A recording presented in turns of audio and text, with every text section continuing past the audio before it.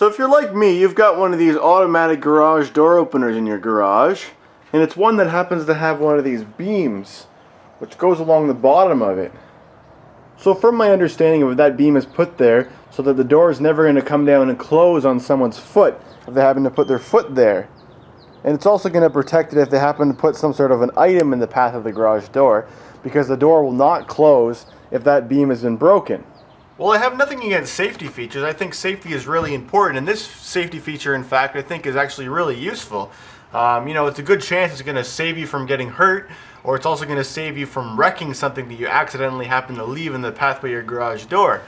But the one thing about this safety feature which I just can't stand is that annoying little beep that it makes every single time that you cross its path. It's just so silly to me. The way I think this one works is it's every 5 seconds if it hasn't gone off. So if you leave something there, it's not going to just make a constant tone, but it is going to go off at least every 5 seconds. And it's just so annoying. If you just come into the garage to grab something quickly, you hear beep on your way in, then on your way back out, beep right again. It's just so annoying, and I really can't understand what the safety purpose of that beep is there for. It really doesn't do anything.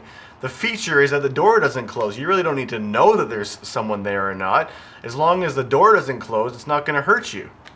So this video will show you a very simple method of disabling the beep from happening while maintaining the safety feature so that it's still there doing its job just without annoying the heck out of you. So the first step you want to do here is figure out which side is making the beep. One side is the sender. This is the sender. This side over here is the receiver, and this little speaker that makes the noise is on one of the two sides. So we got to figure out which side it is so we can disable the speaker. So just by listening to it when you cross the beep, it's very easy to tell that it's this side here that has the speaker inside of it. So we're going to be working on this side over here. So before you get started over there at the door, you want to climb up and unplug the garage door opener from the outlet which is up there. There it is, unplugged. So now that it's safe to work on, the first thing you want to do here is remove this from the bracket. So this one just has these little thumb screws which are on the top, so you just have to loosen those off so you can get at it. And in fact, I don't actually need to completely remove it. I just have to just take one off, and then I'm able to spin it around so that I can work on it, just like that.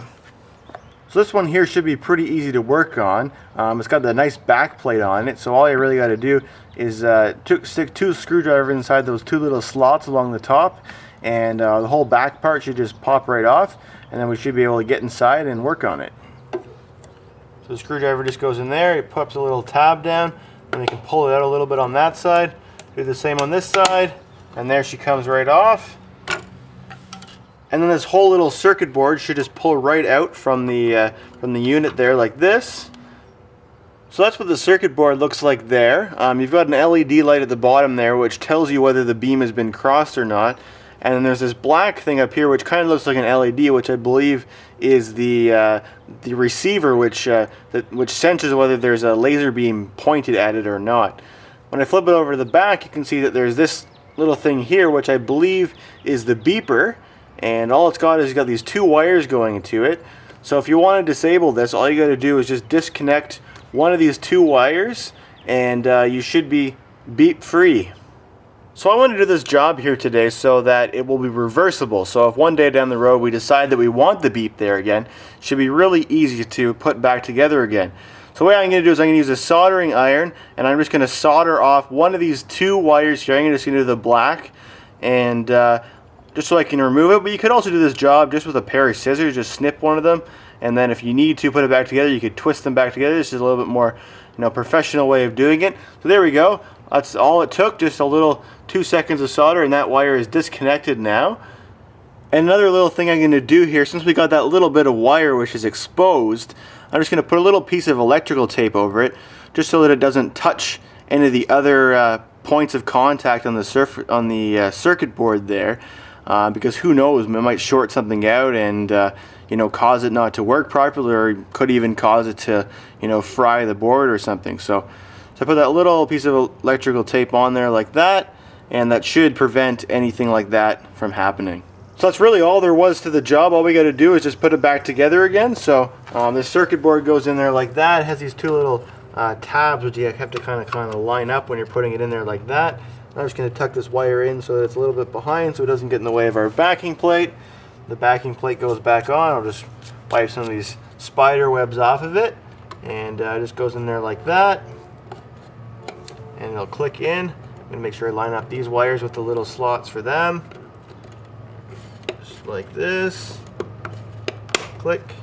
There we go. Now it's all back together again. We just got to spin it around the way that it was before.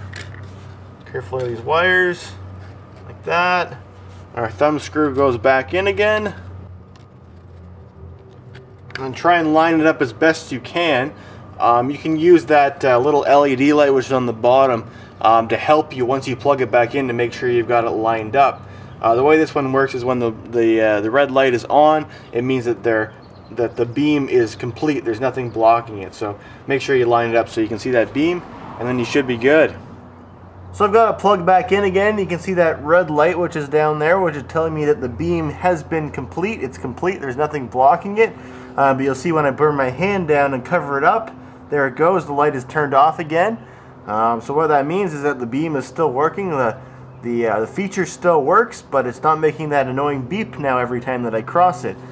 So we'll just give it a little try here. I'll just try and close the door, and we'll see if it'll close, and we'll see if when I put something in front of it, it's going to stop it from closing.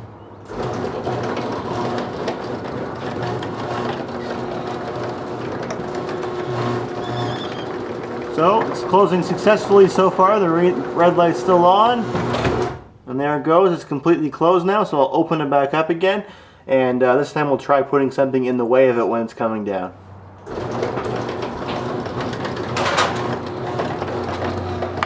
So this time it's coming down. I'm going to try and put my hand in the way of it and see what happens. And there it goes. It stops right when the beam gets crossed.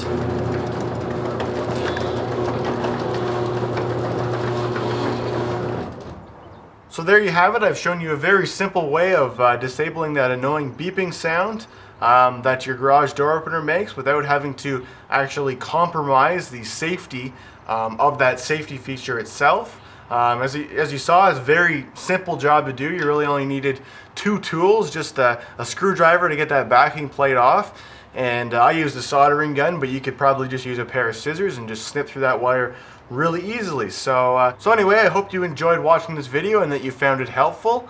Thanks for watching.